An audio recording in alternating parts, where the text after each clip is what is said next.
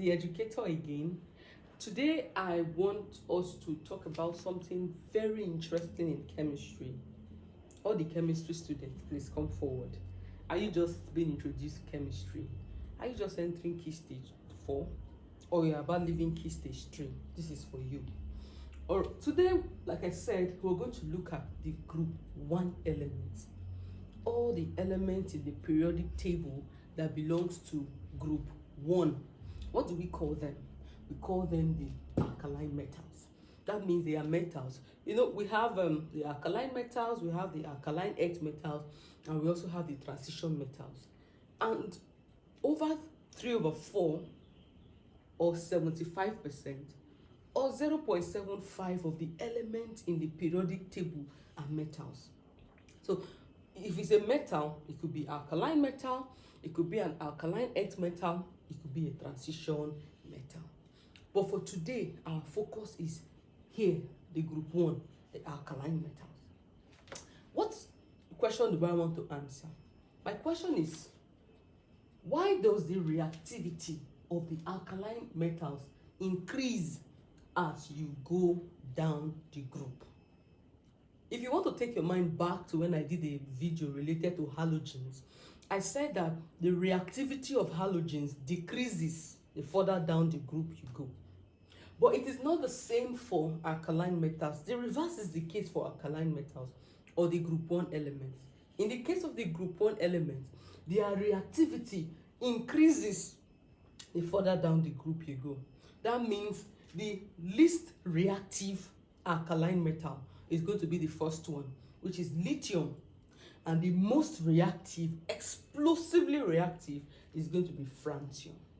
So for our alkaline metals, look, we have 1, 2, 3, 4, 5, 6 of them.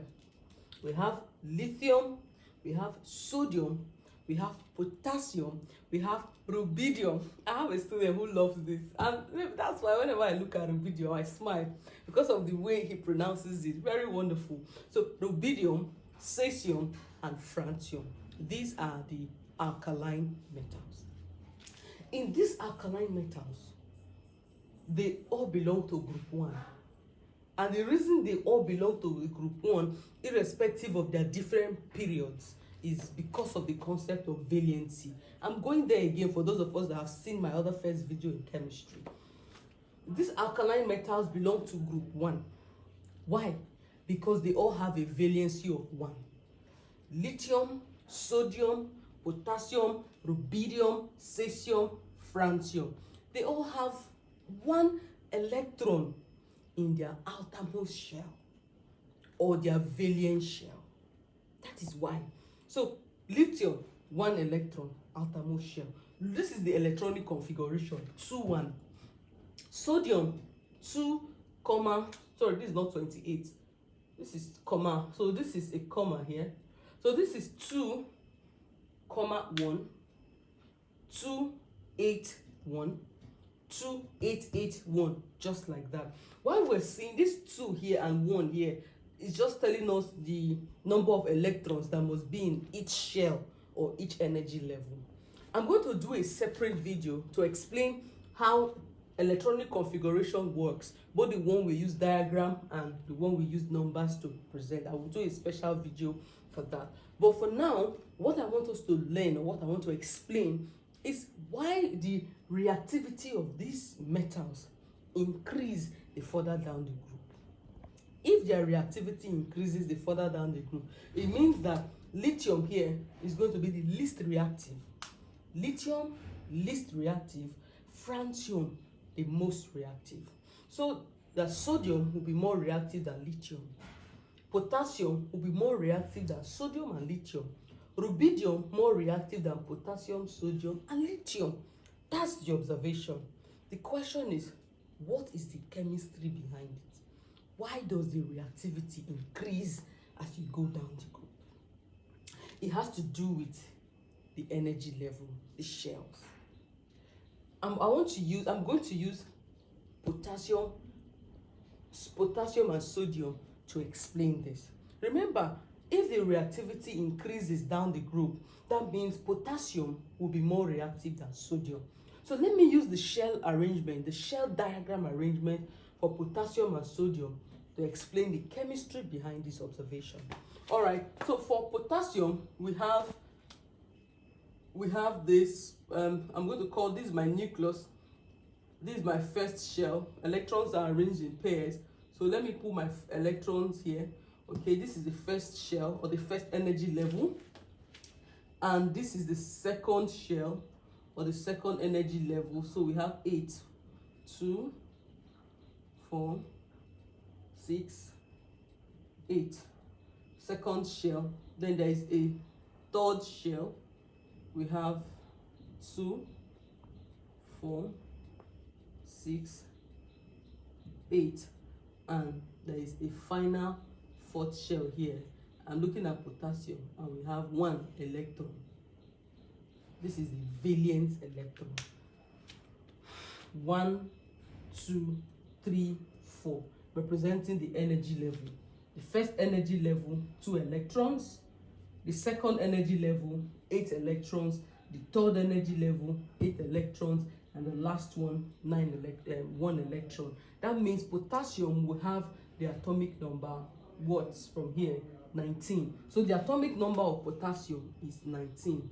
So if we have 19 electrons in potassium, it means the electrons are arranged this way. Potassium. So this is potassium, K. Okay, this is K, this is potassium. Then for sodium, let's look at the sodium together. For sodium, we have, this is our nucleus, positive nucleus. Then we also have let me come this way so that I don't. Then this is the electrons, first shell, first energy level. Second, 8 electrons. And this is the third energy level. And this is the valence electron, because this is the valence shell. This is sodium. We have 2, 8, 1, and we have for potassium 2, 8, 8, 1. All right, so this is the arrangement. Why am I doing this? I'm doing this because I want us to understand why the reactivity of these alkaline metals, why it increases as you go down the group. Remember, if you're looking at the group, sodium is before potassium. Sodium is before potassium. This is potassium, atomic number 19. This is sodium, atomic number 11. That means there will be 11 electrons and 11 protons, and without the isotope, 11 neutrons. All right, so we have to take note.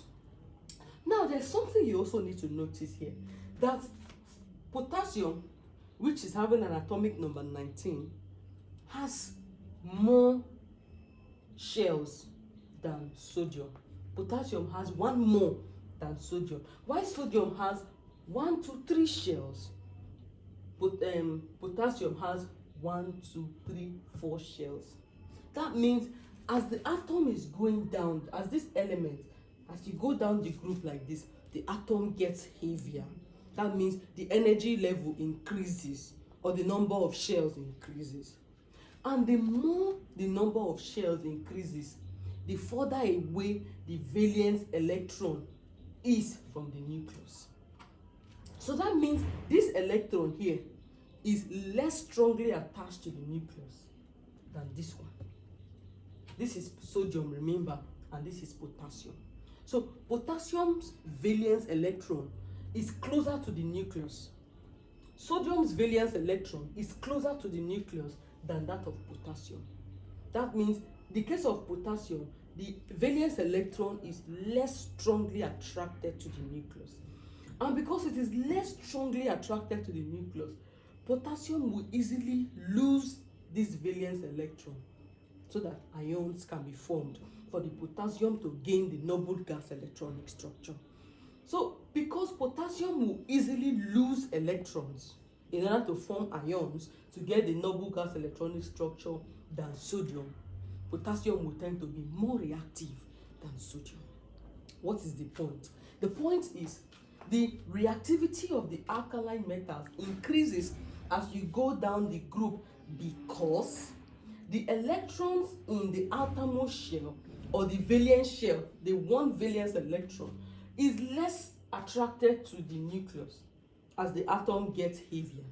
And because of that, it will be easier for the electrons to be lost or to be transferred to another atom for a chemical reaction to take place. So this means lithium is the least reactive alkaline metal. The most reactive is francium. How do we go? Lithium is less reactive than sodium. Sodium is less reactive than potassium. Potassium is less reactive than rubidium. Rubidium is less reactive than cesium. And cesium less reactive than francium. Don't forget, lithium is the least reactive alkaline metals. Why? Because lithium's own valence electron is even closer to the nucleus than the valence electron of any other alkaline metal. There's something I also need to tell you before I quickly end this video. Notice here that these elements we have here, lithium, sodium, potassium, rubidium, cesium, and francium, these elements you can see here, I have represented these elements with their symbols. Their symbols is also their chemical formula. Don't worry, this one is not like the halogens where we have the atomic molecules. The symbols is also represented as the formula in this case. So do not forget. And these elements we have here in group 1, they all have one thing in common. And what do they all have in common? They share the same physical and chemical properties. Why? Because they all have one electron in their valence shell. There are two things this video would have exposed us to. One, this video has answered the question, why does the reactivity of alkaline metals increase as you go down the group? Answer, the further down the group you go, the heavier the atom gets. The heavier the atom gets, the less strongly attracted the valence electron to the nucleus. And so the valence electron will be lost easily. The second question that I've also answered is that the chemical and physical properties of all the group 1 elements are similar. They have similar physical and chemical properties. Why? Because they have the same number of valence electron, 1, 1, 1 in their valence shell. And that is why we call them group 1 elements. So that means the concept of valency can even be used to determine the group that an element should be. So once you notice an element and you're asked what group does the element belong, all you need to do is, if you know the number of valence electrons it has, then for the first 20 elements you can tell that this one is in group 2, this one is in group 4, this one is in group 7, or this one is in what? Group 1. So until I meet you again, I'd like us to take note of this.